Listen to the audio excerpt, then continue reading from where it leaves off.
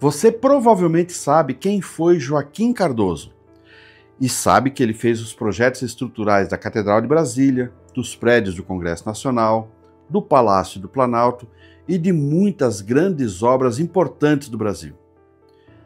Mas você sabia que Joaquim Cardoso formou-se engenheiro civil com 42 anos de idade? E você sabia que Joaquim Cardoso era um poeta modernista reconhecido, com livros publicados, e que frequentava as rodas artísticas com grandes nomes da literatura brasileira, como Manuel Bandeira, João Cabral do Melo Neto, Mário de Andrade e Carlos Drummond de Andrade? E que antes de se tornar engenheiro foi auxiliar de escritório, topógrafo e professor de matemática? Pois é a história desse ser humano multifacetado e genial que a gente vai conhecer hoje. Não sai daí.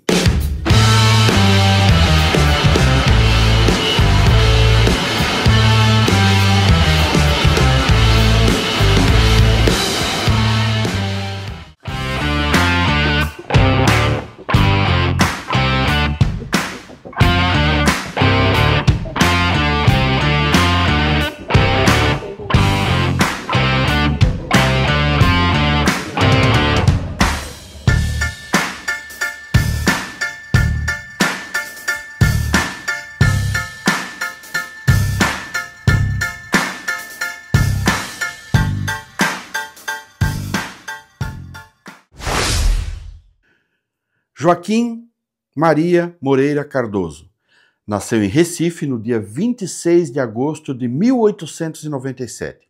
Era filho de João Cardoso da Silva e Quitéria Maria Cardoso. O pai era funcionário público e a mãe dona de casa. Era uma família de poucas posses, mas prezavam pela educação dos 6 filhos. Joaquim era o mais velho. Ele estudou no ginásio pernambucano, um dos mais tradicionais colégios de Recife, e concluiu seus estudos básicos e secundários no início da década de 1910, já se destacando pelo gosto pela matemática e pela literatura. Na juventude, exerceu várias funções ligadas à matemática e ao serviço público. Trabalhou como auxiliar de escritório e depois como funcionário público, principalmente em atividades técnicas que exigiam cálculo. Atuou como topógrafo e em funções ligadas a levantamentos técnicos, adquirindo experiência prática que depois seria importante na engenharia. E também teve contato com atividades de ensino, ministrando aulas particulares de matemática.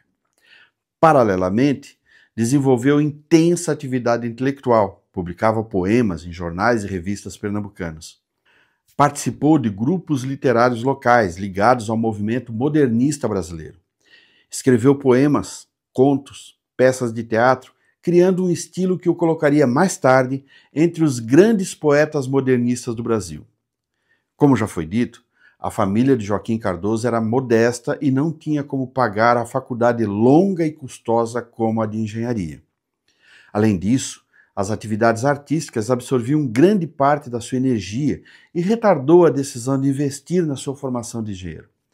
E assim, só em 1935, aos 38 anos de idade, Joaquim Cardoso ingressou na Escola Politécnica de Pernambuco e formou-se engenheiro civil em 1939, já maduro, com larga bagagem de vida prática e intelectual. Depois que Joaquim Cardoso terminou a faculdade de engenharia, ele trabalhou por algum tempo no Recife, mas não demorou muito para se mudar para o Rio de Janeiro. Joaquim Cardoso, aos 43 anos, não era casado. Na verdade, nunca se casou, nem teve filhos. No Rio de Janeiro havia mais oportunidades de trabalho. O Rio era a capital federal, centro das grandes obras públicas e privadas, e o lugar onde os arquitetos modernistas, especialmente o Oscar Niemeyer, estavam começando a projetar os edifícios que consagrariam o estilo brasileiro no mundo. E havia ainda um fator cultural. O Rio reunia escritores, artistas, intelectuais, com os quais Cardoso já tinha vínculos pela literatura modernista.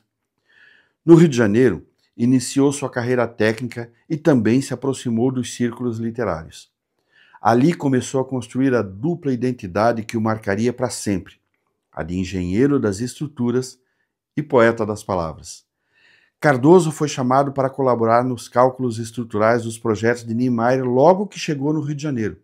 Primeiro nas obras do Rio e depois em Belo Horizonte. Ele fez o projeto estrutural do Conjunto da Pampulha, inaugurado em 1943. E assim começava uma parceria que marcou a história da engenharia e da arquitetura no Brasil. Niemeyer criava formas arrojadas, cheias de curvas e ousadia, e era Cardoso quem transformava esses desenhos em estruturas viáveis. O seu papel foi fundamental: calcular colunas, vigas, abóbadas, grandes vãos e superfícies curvas. Entre os dois existia confiança mútua e uma parceria criativa que marcou uma era. Eles trabalharam juntos nas obras do Conjunto da Pampulha, em Belo Horizonte, no edifício do Ministério da Educação e Saúde, no Rio de Janeiro, hoje conhecido como Palácio Gustavo Capanema, e nos grandes marcos de Brasília, Palácio da Alvorada, Palácio do Planalto, a Catedral e o Congresso Nacional. Cada linha ousada de Niemeyer era sustentada pela precisão matemática de Joaquim Cardoso. Mas a engenharia não teve a força de afastar Joaquim Cardoso do mundo da poesia. Pelo contrário, enquanto se afirmava como um grande engenheiro do Brasil, igualmente se cristalizava como um poeta de primeira linha. Era amigo de grandes nomes como Manuel Bandeira, Mário de Andrade, Carlos Drummond de Andrade e João Cabral de Melo Neto. João Cabral de Melo Neto, aliás, chegou a dizer o seguinte: Joaquim Cardoso foi o homem mais culto que eu conheci na vida. A poesia de Joaquim Cardoso falava de progresso, das cidades e de um Brasil moderno. Pelo menos 2 obras de poesia, Poemas e Signo Estrelado, fizeram um grande sucesso. E uma peça teatral, O Coronel de Macambira, também teve uma grande repercussão.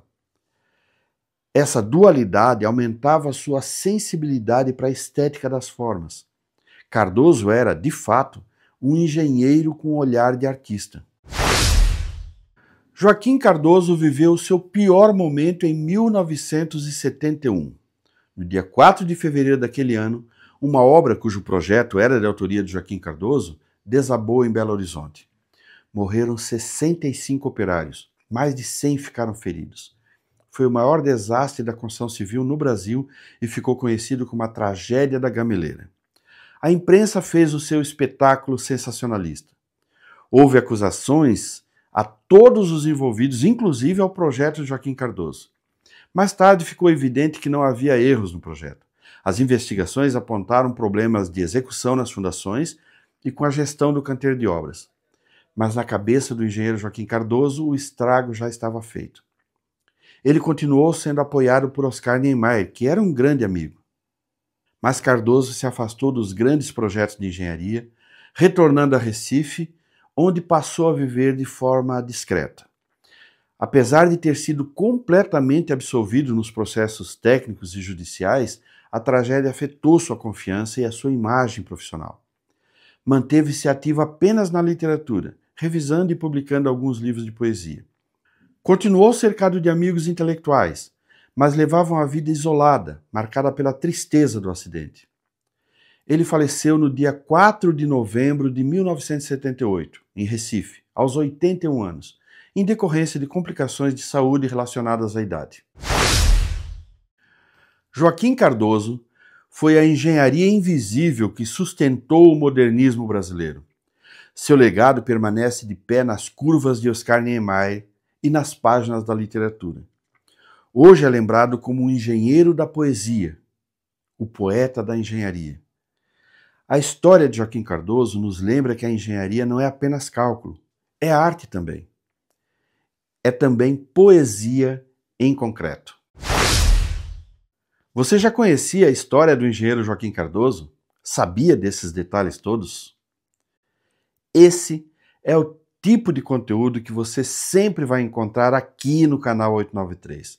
Um espaço que não existe para explorar apenas o interesse da hora, nem para confiscar a sua atenção com truques de audiência. O canal 893 existe para ser uma biblioteca viva, um acervo confiável para os engenheiros e arquitetos que empreendem e constroem o futuro. Queremos que você possa assistir um vídeo hoje, ou revisitar um conteúdo de 3 anos atrás e encontrar a mesma relevância, a mesma clareza e a mesma inspiração. Esse é o compromisso que eu tenho com você e com a sua jornada de profissional empreendedor. Seja sempre muito bem-vinda, seja sempre muito bem-vindo. Até o próximo vídeo.